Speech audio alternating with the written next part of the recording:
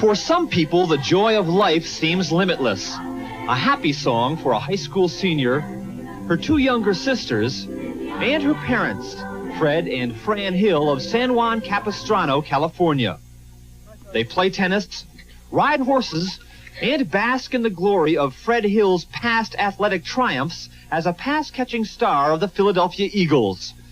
The joy of life would indeed seem limitless for the Hill family if it weren't for the day 14 years ago when their little daughter suddenly became ill, and their doctor's report suddenly became unbearable news. And he went and got all of her files and started reading the reports from the hematologist that had done the extensive examinations.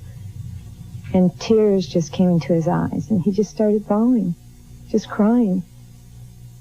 And he said he'd do anything if he didn't have to tell us. That Kim Hill had leukemia, and that her death could come within 6 weeks. You know, I was a 25-year-old kid that found out that my daughter was going to die.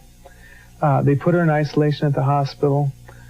There was no place to stay. My wife didn't want to leave her, so they put her in a little cot right next to the bed. I couldn't even go in because she was in isolation. And it's such a lonely time. A sick child's plight became the plight of a football team, and then that of a city.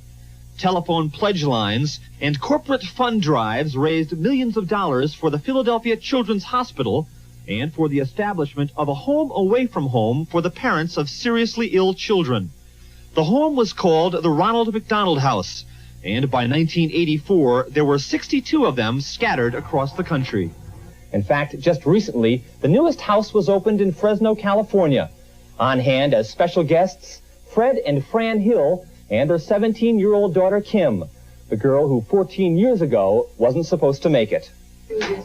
Her disease has gone into remission, yet because of her ordeal, one family's nightmare has become another family's hope. At the time, I didn't enjoy being sick, but I'm glad I did get sick, because through all my suffering, a great thing has come from it. May the good Lord